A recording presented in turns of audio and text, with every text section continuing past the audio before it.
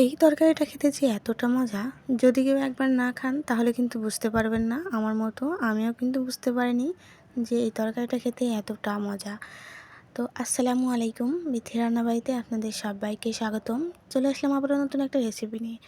আজকে আমি আপনাদের মিষ্টি কুমড়ার তরকারি রান্না করে দেখাবো। আমি আজকে বাজারে গিয়েছিলাম আর এই মিষ্টি কুমড়াটা দেখে আমার খুব পছন্দ হয়েছে আর সেটাকে আমি নিয়ে এসেছি।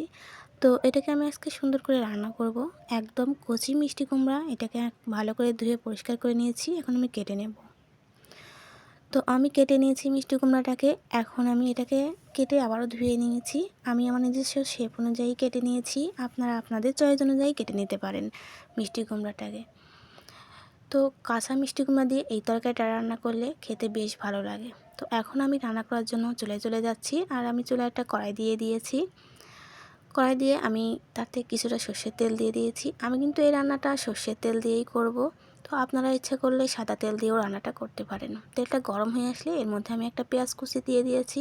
পেঁয়াজটা কিছুক্ষণ নেড়ে চেড়ে নেব কাঁচা ভাবটা চলে যাওয়ার জন্য। এ পর্যায়ে আমি কেটে রাখা মিষ্টি কুমড়োগুলো এর মধ্যে দিয়ে দেব। মিষ্টি কুমড়াগুলো দিয়ে একটু নেড়ে চেড়ে নিচ্ছি। এই পর্যায়ে আমি কিছু শুকনো মশলা দিয়ে দিচ্ছি। এখানে আমি হাফ চামচ মতো হলুদ গুঁড়ো, হাফ চামচ জিরা গুঁড়ো এবং হাফ চামচ ধনিয়া গুঁড়ো দিয়েছি।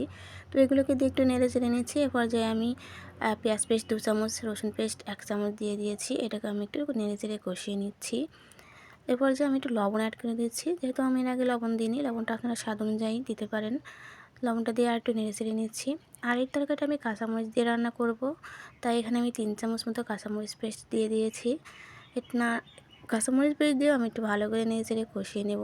এ পর্যায়ে একটু ঢেকে দিচ্ছি কিছুক্ষণের জন্য। কিছুক্ষণ পর আবারও ফিরে আসলাম, আবারও একটু নেড়ে চেড়ে দিচ্ছি। তো আবারও কিছুক্ষণের জন্য ঢেকে দিচ্ছি। তো এইভাবে ঢেকে ঢেকে রান্না করতে হবে, একটু কষিয়ে নিতে হবে। তো এ পর্যায়ে আমার কিছুটা কষানো হয়ে গেছে। আমি একটু পানি দিয়ে দিচ্ছি যাতে তলানিতে লেগে না যায়। আর আমি এই পর্যায়ে কিছুটা চিংড়ি মাছ দিয়ে দিচ্ছি। তো চিংড়ি মাছ দিয়ে মিষ্টি কুমড়ো তরকারি রান্না করলে খেতে বেশ মজা লাগে। নেড়ে চেড়ে আমি একটু ঢেকে দিচ্ছি এবার একটু পানি দিয়ে। তো এই পর্যায়ে আমি একটু ঢেকে দিলাম। আরও কিছুক্ষণ পরে ফিরে আসলাম।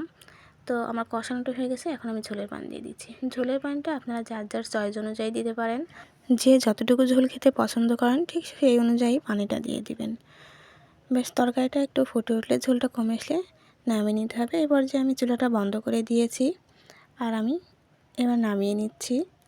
তো আমার এই চিংড়ি মাছের রেসিপিটা যদি আপনাদের ভালো লেগে থাকে তাহলে অবশ্যই একটা লাইক কমেন্ট করতে ভুলবেন না। আমার ইউটিউব চ্যানেলটাতে সাবস্ক্রাইব করে পাশে থাকা বেল আইকনটি অবশ্যই প্রেস করে রাখবেন, তাহলে সবার আগে নোটিফিকেশনটা আপনার কাছেই চলে যাবে। আল্লাহ হাফেজ।